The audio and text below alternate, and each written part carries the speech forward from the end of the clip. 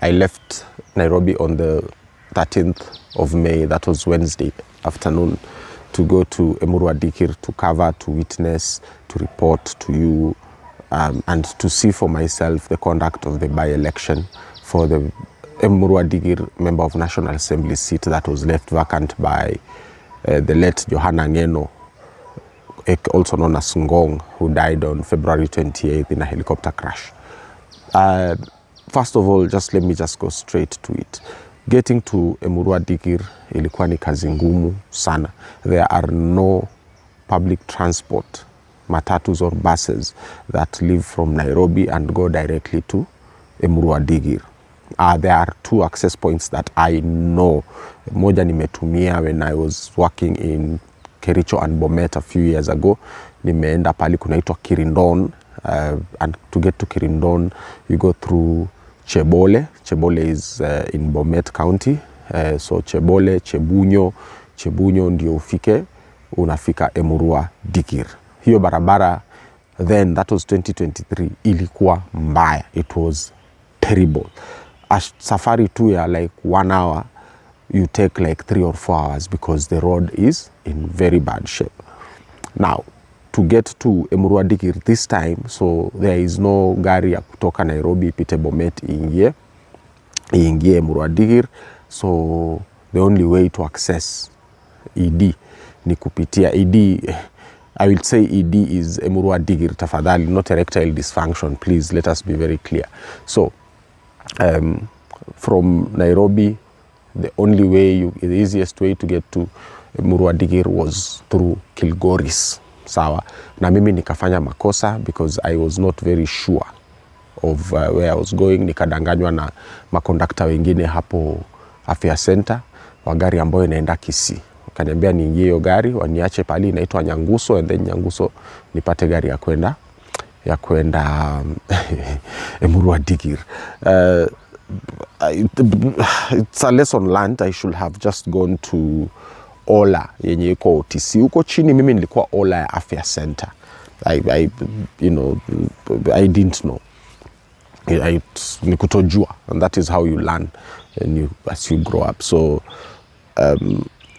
I got to Nyanguso usiku saa 3. So, and the reason why I want to tell this story is because I witnessed something very, very sad. And what was sad about what I witnessed was that, so I reached Nyanguso around 9 p.m., just after 9 p.m. And when I reached there, sasa nikaambiwa ningoje gari hapo ya kwenda Kilgoris. From Nyanguso to Kilgoris is not very far. It's around 10-15 kilometers. It's not very far. And Nyanguso is in Kisii County. Kilgoris town is in Narok County.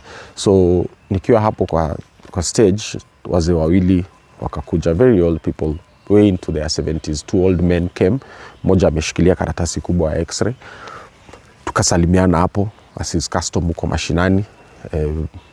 Started getting to know each other. Ndio kaniuliza kama naenda Kilgoris, nikamwambia yes, I'm going to Kilgoris.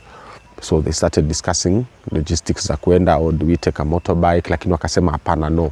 Hapa hakujai kosa gari hata saa 8 usiku, saa 9 ukiwa Nyanguso kwenda Kilgoris hawezi kukosa gari. So let us just wait for a car if anything. Huyo mwingine akasema mimi hata I cannot even sit on a motorbike kwa sababu mgongo yangu is in debilitating pain.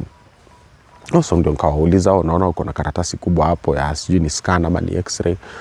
Oh yes, no, we are brothers, sisi ni mandugu, this is my older brother. Sasa huyu nimetoka kumpeleka Eldoret Moi Teaching and Referral Center because he has a back problem, and huku kwetu in Narok, Kisii hakuna hospitali ambayo inaweza kudeal na spinal issues. And that thing really made me feel some type of way.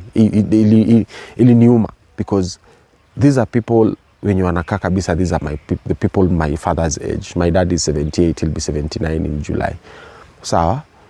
And then safari ya kutoka Kilgoris. In fact hata sio Kilgoris. Sawa, watu walikuwa wanatoka pali inaitwa Oloiborsoito. Oloiborsoito sasa is Kilgoris town, tena uingie ndani, like I don't know. I imagine they left They left Olborosoito. Hiyo jina ni ngumu, majina za huko ni ngumu. Oloiborsoito. They left Oloiborsoito on Tuesday, very early in the morning. They traveled all the way to Moi Teaching and Referral Hospital in Eldoret. Wakafika, wakaregister, wakaanza kupanga line. Sawa, on Tuesday afternoon. Wakapanga line, wakakuja kuona daktari Wednesday asubuhi. Sawa, and then ndio waandikiwe scans, wafanywe nini, wafanye review.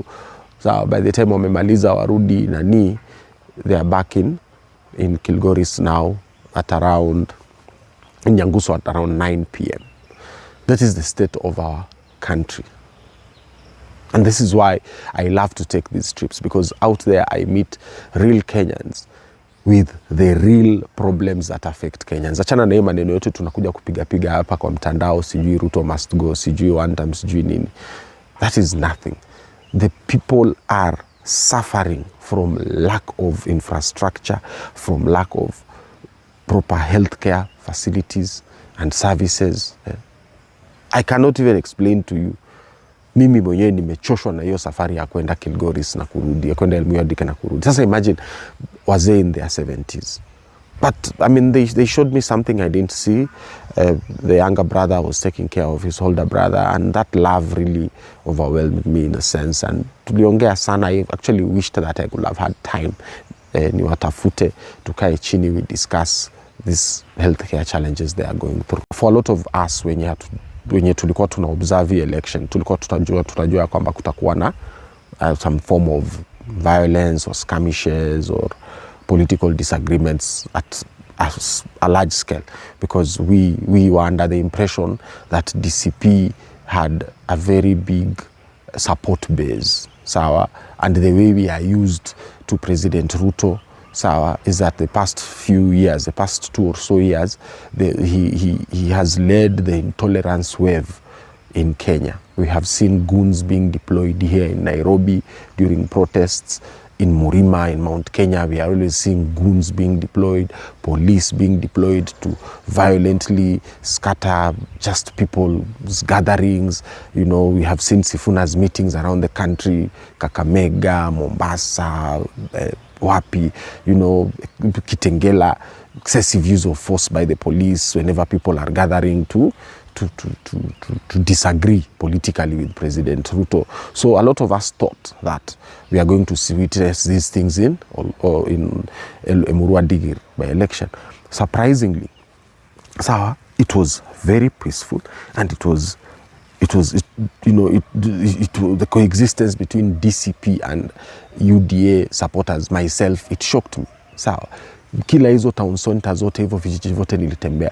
Sawa, there is no single place I did not see someone wearing a DCP kofia and a UDA kofia, wamekaa pamoja ama wako juu ya boda moja ama wanakunywa chai pamoja kwa hizo ma restaurants za huko kwa vijiji. So my question to President Ruto is, sawa, if you are not deploying goons to disrupt political processes kwenu in your home where your Kipsigis people are, then why are you doing it to us in other places? My viewers, this is very critical. We really must put President Ruto to task. Kwa nini anapeleka goons Luo Nyanza? Kwa nini anapeleka goons Luyaland, Vihiga, Kakamega? Sawa, kwa nini analeta goons Nairobi, Kitengela, Mombasa and other places? Hapa Mount Kenya, we have seen Rigathi Gachagua tear gassed inside at her church.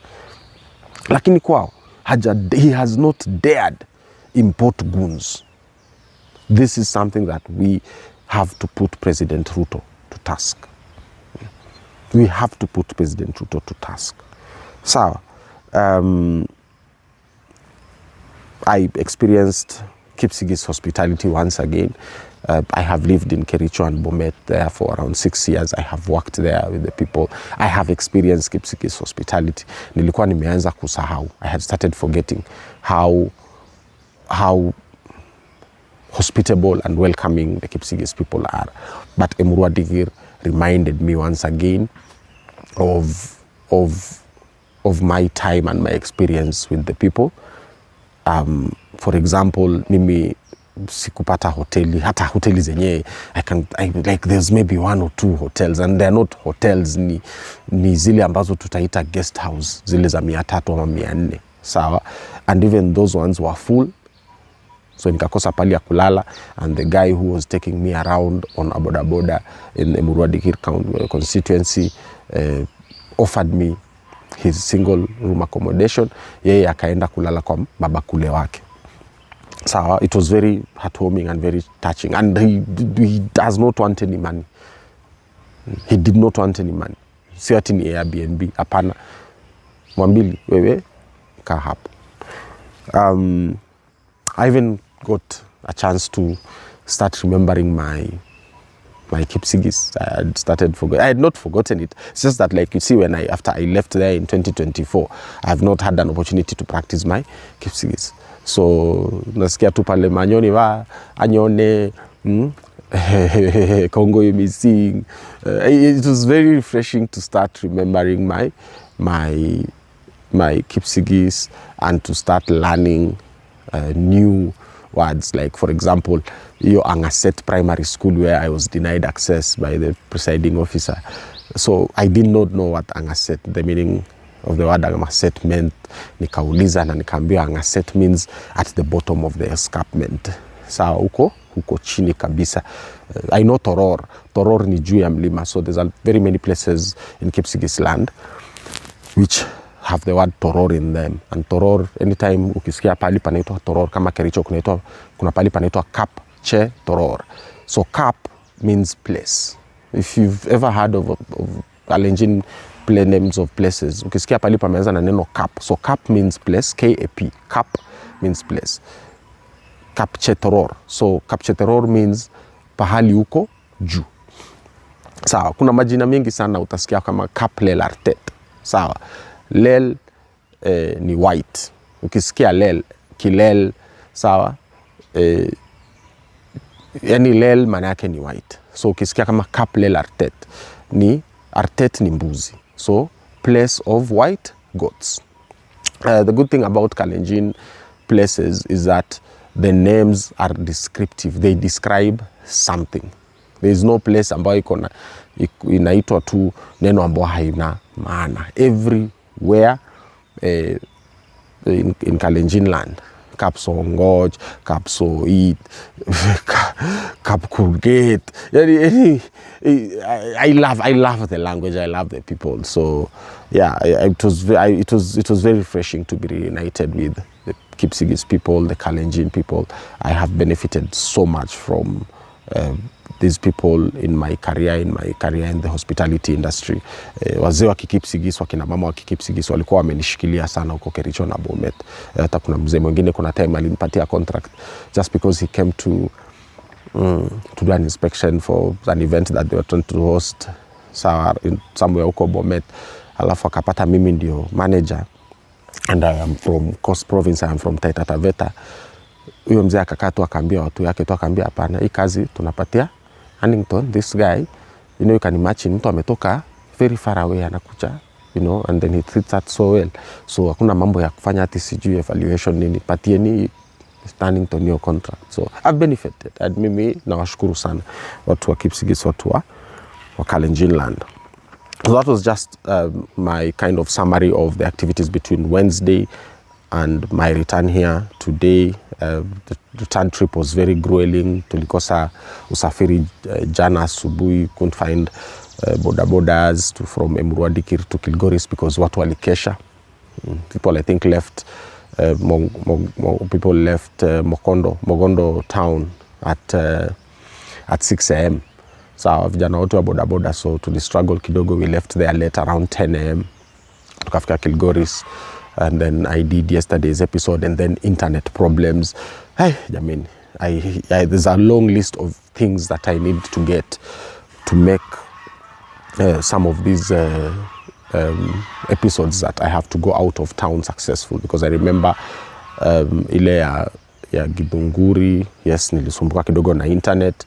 I know Tarakaniti, nilipata shida ya internet. Uploading episodes is a very big challenge. If I show you guys like how many 25 bob 1 GB datas I have to buy to upload episode kama ya jana, and then it does inaenda pahali, it gets stuck, it disappears from the YouTube upload page.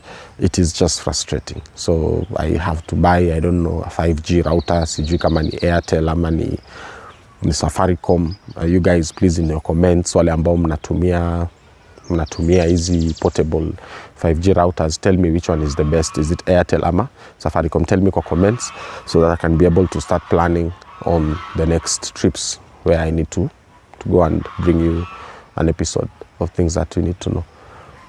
Yeah, finally, Olkalau by-election is on July 16th. Let me just confirm that because I did some notes. On July 16th, that is Olkalau by-election for the Member of National Assembly MP seat, which was left vacant by the death of the architect who was the MP there. And I promise you, your Jomba will go, Mabili Mogodi will go to Olkalau to cover that by-election. I will go. It's been a grueling few days. Nilifika hapa kwangu saa 10 usiku. Left Olkalau around 5 p.m.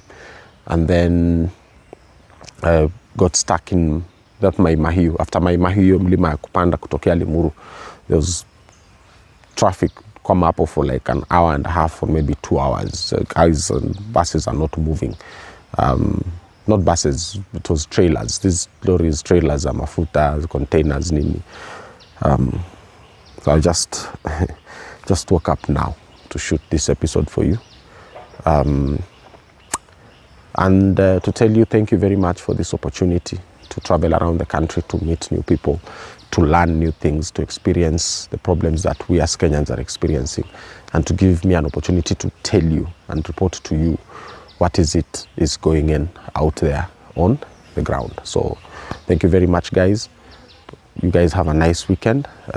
On Sunday, I will drop the episode, interview between Mimi, Robert, Isaac, and Leonard Kirui, my host. Support the channel 0799-428-109 on Mpesa, or you can order cashew nuts on the same number. Asanteni.